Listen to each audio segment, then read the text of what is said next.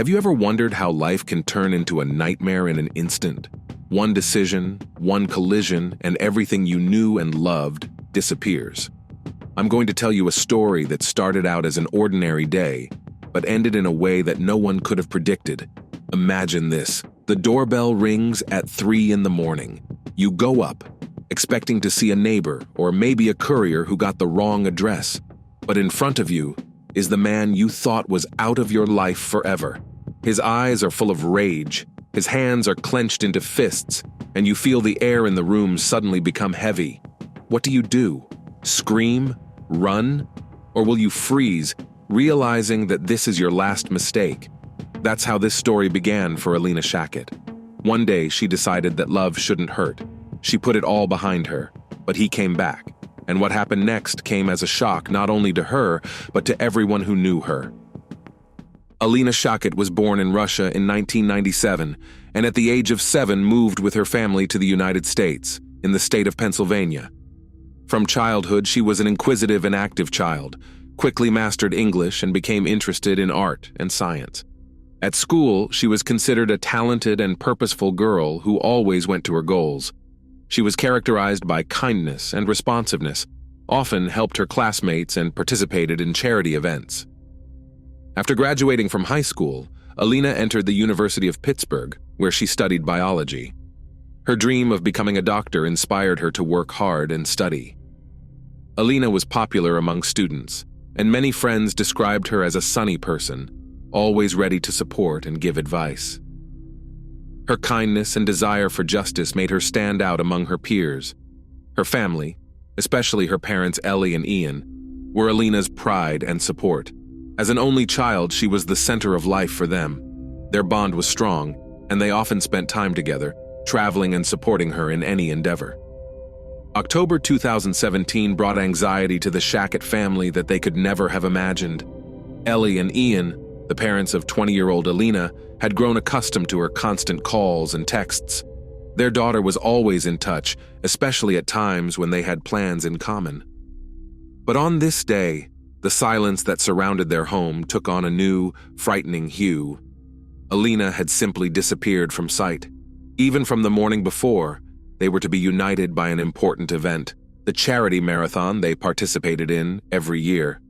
The breast cancer campaign was close to their hearts, and Alina always found herself at the center of these events. Her concern for people was sincere and deep.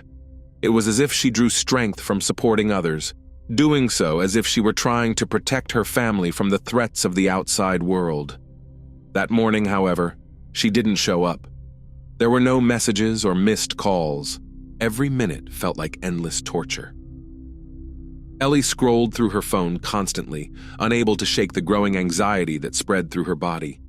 Jan, sitting behind the wheel, tried to remain calm, but his fixed stare and trembling hands betrayed his rising panic. The car felt like it was moving at a snail's pace. They were heading to the University of Pittsburgh campus, where Alina rented an apartment. What should have been a 30-minute drive stretched into long hours of waiting for something unimaginably terrible. Ellie rushed to the house, not even glancing back at her husband and their dog, who quietly remained in the car. Her heart pounded in her chest as if it was trying to break free. Her hands shook as she hurriedly pressed the doorbell. The few seconds of waiting felt like an eternity. The silence inside the house was so intense that it felt like the walls were closing in. Ellie and Jan stood on the doorstep of their daughter's home, where instead of the familiar warmth and sounds of life, there was only the chilling emptiness of unanswered questions. It seemed like the entire world around them had frozen in anticipation of something dreadful, as though even the air had grown heavier. Ellie pulled out her phone once again to call Alina one last time. The long rings echoed in her heart, each one cutting deeper, like broken threads of hope. No one could have guessed that a morning, which started so ordinarily, would turn into the worst nightmare for the Shackett family. Just half an hour earlier, Ellie had been desperately trying to reach her daughter. Now, she stood at Alina's locked door. Her fists pounded on the wood, the dull sound reverberating through the house. But in return, there was only silence. She called her daughter's name again, her voice trembling and breaking into a shout, but no response came. In that moment, something inside her shattered. Panicking, realizing the situation had spiraled out of control, Ellie screamed for Jan. He burst into the house, driven by a fear that gave him the strength to act. He knew time was slipping away, each second an agonizing stretch of empty moments. With every blow to the door, the sense of impending doom grew stronger. Finally, the door gave way, opening with a sharp sound that granted access to a scene neither of them was prepared to face. Zach, Alina's neighbor, had been watching from the staircase. He suddenly felt like an outsider in this unfolding tragedy. His instinctive step back was nothing more than an attempt to shield himself from the horror that was now spilling out from the still room as soon as the door swung open. Ellie and Jan were confronted with a silence that could no longer hide what had happened. The room was covered in dark stains, like a scene pulled from a nightmare. The floor and walls bore the marks of something unspeakable, as if the light itself had been swallowed by the darkness. Alina's face was unrecognizable, a horrific sight that, at first glance, didn't allow them to realize they were looking at their own daughter.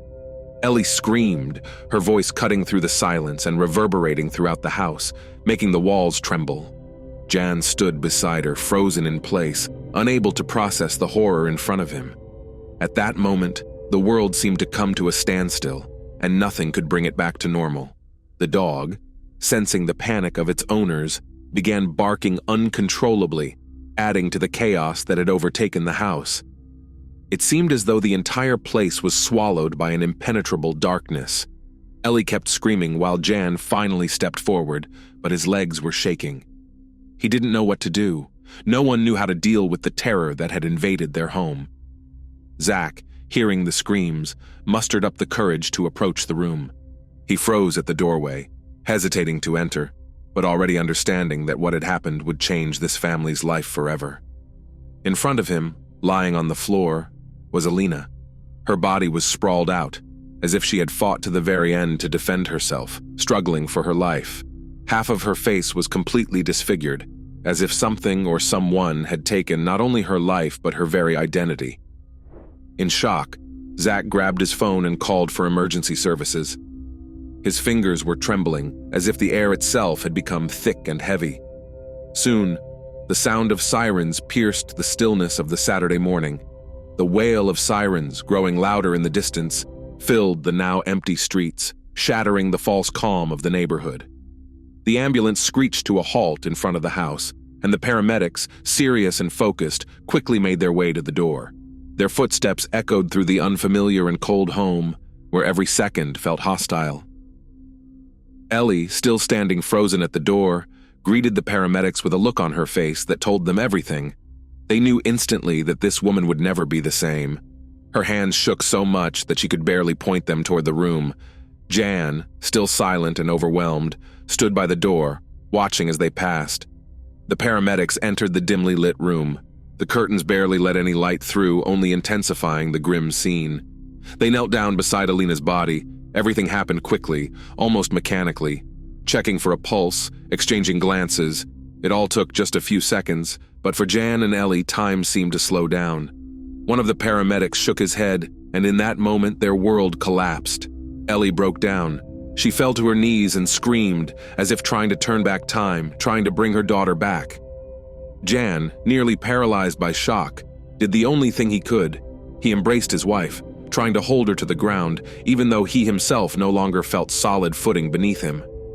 The paramedics remained in the room for a little longer, preparing to move to the next step, officially declaring the death. But for Ellie and Jan, that news felt like a sentence, a blow from which they could never recover. Outside, red and blue police lights filled the street, catching the attention of neighbors. A crowd began to gather, some whispering, some glancing around nervously, and others pulling out their phones to record the scene. Curious onlookers stared at Alina Chaquette's house, where barricades and patrol cars had already been set up. Officers, their faces stern, were establishing barriers, slowly cutting the crime scene off from the rest of the city, as if trying to shield the world from the grim reality lurking behind the doors of that house. Police Chief Scott Schubert personally led the investigation. He, along with a team of detectives, meticulously examined the scene, photographing every corner of the room. A shattered mirror, An overturned table and items scattered chaotically across the floor, all pointed to a desperate struggle. According to the medical examiner's report, Alina's death was caused by multiple blows from a blunt object. This wasn't a quiet crime of passion. It was a brutal, calculated act of aggression, where every detail screamed of violence, fear, and despair. Outside, the crowd continued to grow, the chatter growing louder with rumors spreading rapidly.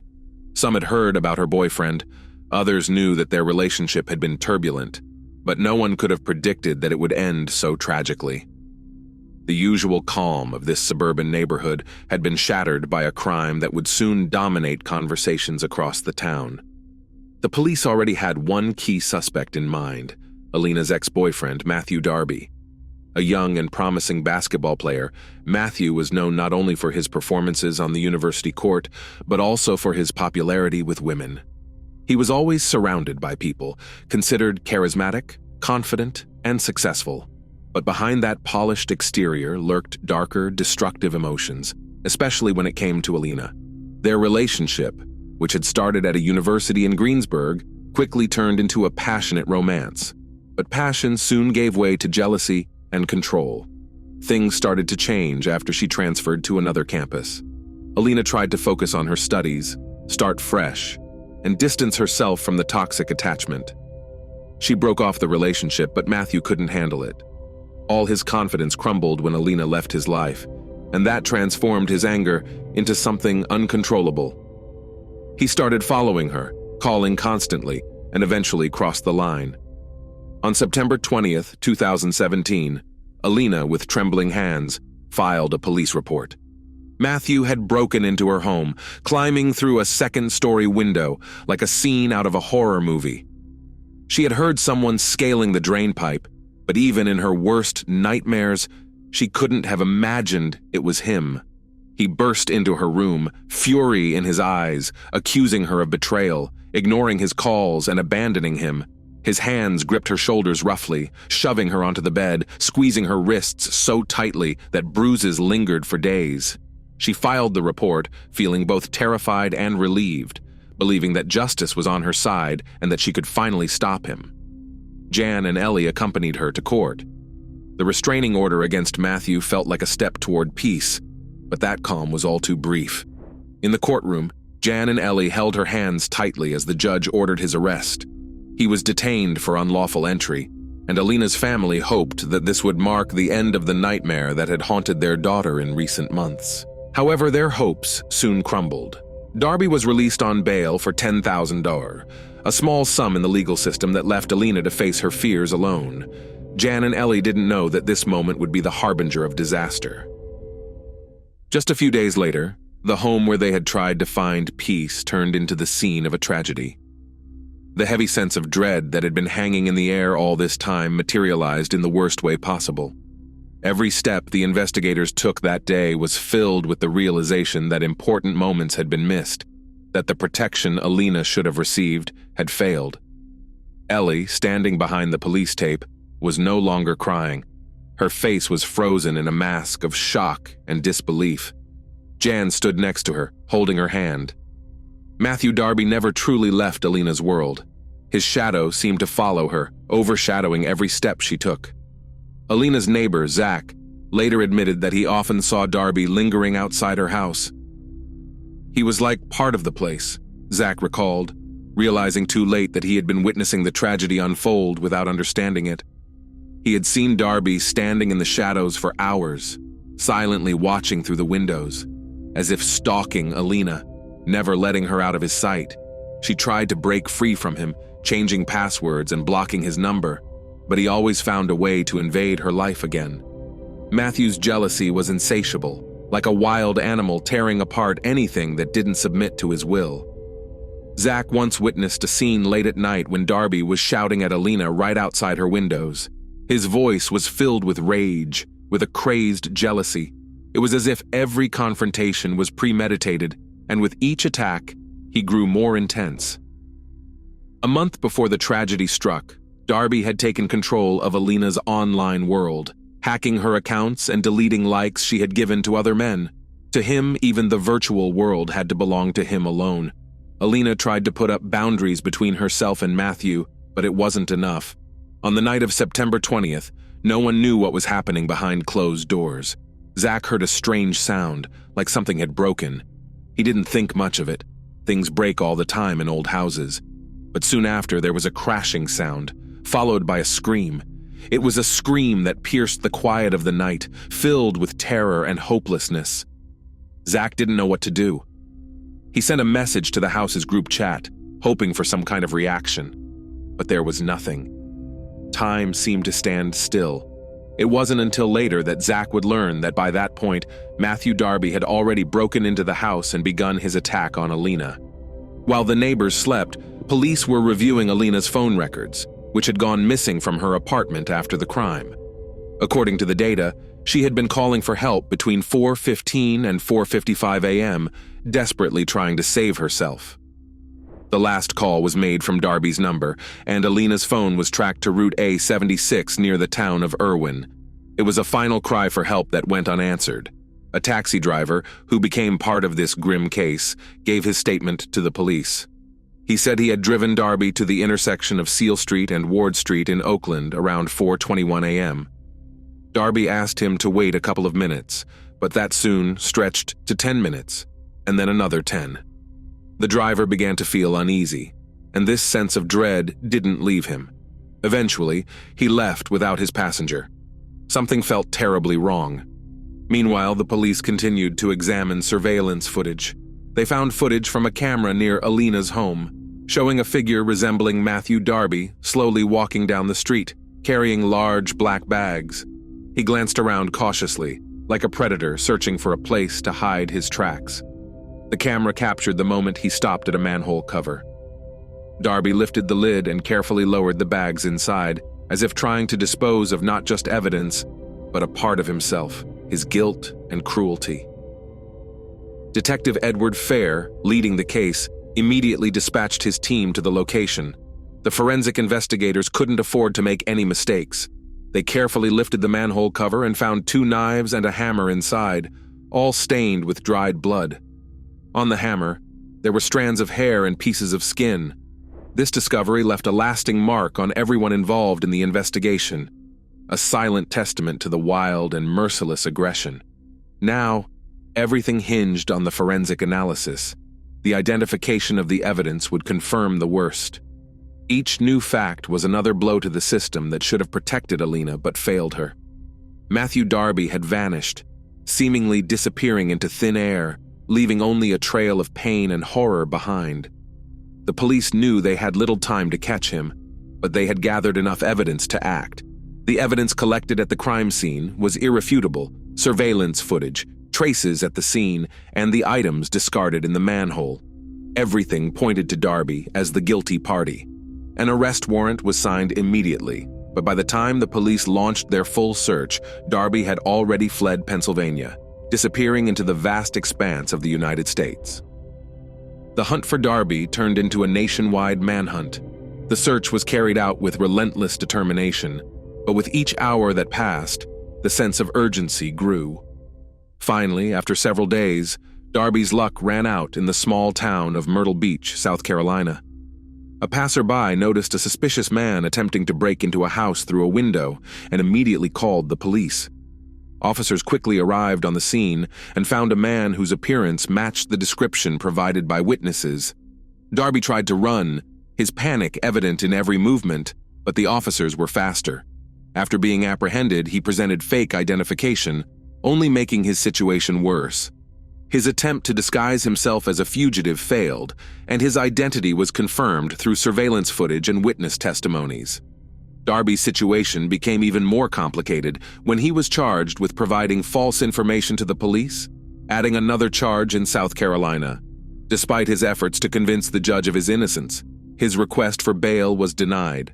The judge ruled to keep him in custody, fearing he might attempt to flee again, and his extradition request was postponed for further legal consultations with his attorney. While Darby remained in custody, another drama was unfolding in Pennsylvania, one centered on the memory of Alina and the pain of her loved ones. A protest took place in Pittsburgh, organized by Alina's friends and classmates. Hundreds of people gathered outside the courthouse to support her parents and raise awareness about a problem that had been ignored for too long. People held signs with bold letters that read, "Love shouldn't kill," and "Say no to domestic aggression." Many attendees wore purple shirts, the color symbolizing the fight against domestic abuse, with the words, "Our Russian Princess" printed on the back, a nickname Alina's friends had given her. This was a gesture of unity and pain, expressing the anger they felt toward a system that had failed to protect their friend. In addition to the protest, Alina's family, along with activists, pushed for the passage of a new bill, Alina's Law, which would mandate electronic monitoring for domestic abusers. This was their way not only to honor their daughter's memory, but to try and prevent similar tragedies in the future. The bill, which had already been introduced for consideration, became a symbol of hope that no one else would have to face such a brutal reality. At this time, in the courtroom, prosecutors were presenting more detailed evidence, each piece pointing to the premeditation behind Darby's actions. One of the key pieces of evidence was footage from security cameras at Duquesne University, recorded the night before the crime. The video clearly showed Darby walking around campus, nervously glancing over his shoulder. A police officer who was patrolling that night recalled that Darby seemed agitated, possibly even slightly intoxicated. He attempted to enter the student union building under the pretense of needing to charge his phone, but something about his behavior raised red flags. Darby kept looking around, as if afraid someone was following him, which left the officer with a strong sense that Darby was hiding something. Every new piece of evidence, every moment captured on video, brought the court closer to an inevitable conclusion: Matthew Darby, a name that had become synonymous with pain, injustice, and the fight for truth. The moment a photo of him in the campus elevator, wearing a striped shirt with a beer logo, was shown in court, his fate was almost sealed. It was the same shirt found with him at the time of his arrest. The prosecutors left little room for doubt. Darby left the university campus around 4 a.m., called a taxi, and headed to the area where Alina lived. Everything fit together: the late-night break-in, the chilling signs of a struggle, and the evidence left at the crime scene. But the defense didn't back down. Darby's lawyer, David Shree, tried to discredit each piece of evidence. He argued that the security camera footage couldn't definitively identify Darby, and that someone else could have used his account to call the taxi. Could this offer the slightest chance of an acquittal? Unlikely. Soon after, Darby was caught in Myrtle Beach, South Carolina, attempting to break into someone's home. He was using fake identification, which only strengthened the case against him and made his flight even more apparent. Despite all of this, Darby chose to keep fighting. A year after the conviction, he returned to court with a new lawyer. Now represented by Joseph Haddock, Darby argued that he hadn't received proper legal counsel during his previous trial. Haddock claimed that Darby wasn't fully informed of the potential risks and outcomes of the trial. This was a fresh attempt to challenge the conviction, based on the argument that attorney missteps had deprived Darby of a fair trial. The Allegheny District Attorney's Office responded to Darby's appeal immediately. Prosecutors firmly stated that all of Darby's rights had been fully respected. However, despite this, the case could still be reopened for a new hearing. In the courtroom, a debate began over the rule of coordinating jurisdiction, essentially, the principle that judges from one district shouldn't overturn the decisions of another without solid grounds. This procedure could slow down the process, but would not stop it entirely. Darby continued to fight for his release, even though his life sentence already seemed inevitable. His lawyer worked tirelessly, preparing new evidence and searching for any loophole to challenge the conviction. Every attempt was seen as another lifeline for Darby, and he clung to each one like a drowning man grasping at straws. You're probably waiting for the resolution, aren't you? But here's the thing: this story isn't over yet. Matthew Darby was sentenced to life in prison without the possibility of parole. Justice appeared to have been served, but this was just the beginning of a new chapter. He filed an appeal, claiming that his most recent lawyer hadn't done everything possible to defend him. Now, years after the original sentence, Darby is once again fighting for his freedom. His legal team is grasping at any possible opportunity to challenge the case. Alina, whose life was tragically cut short, left behind more than just memories. She became an inspiration for change, for a fight to improve a system that had left women vulnerable for far too long. Her family and friends have done everything in their power to ensure that her death wasn't in vain. I want to take a moment to address you, every one of you listening to this story. How can we prevent such tragedies in the future? How can we make sure that no other family endures what Alina's parents went through? We cannot remain silent. Domestic aggression is a reality faced by thousands of women worldwide. It's a problem that must be addressed at every level, from family awareness to legislative action. It's crucial for all of us to understand that love should never hurt and care should never turn into control. Let's stand together to support those in need. We can make this world safer if we act collectively. And though Alina is no longer with us, her light continues to shine through the people she inspired.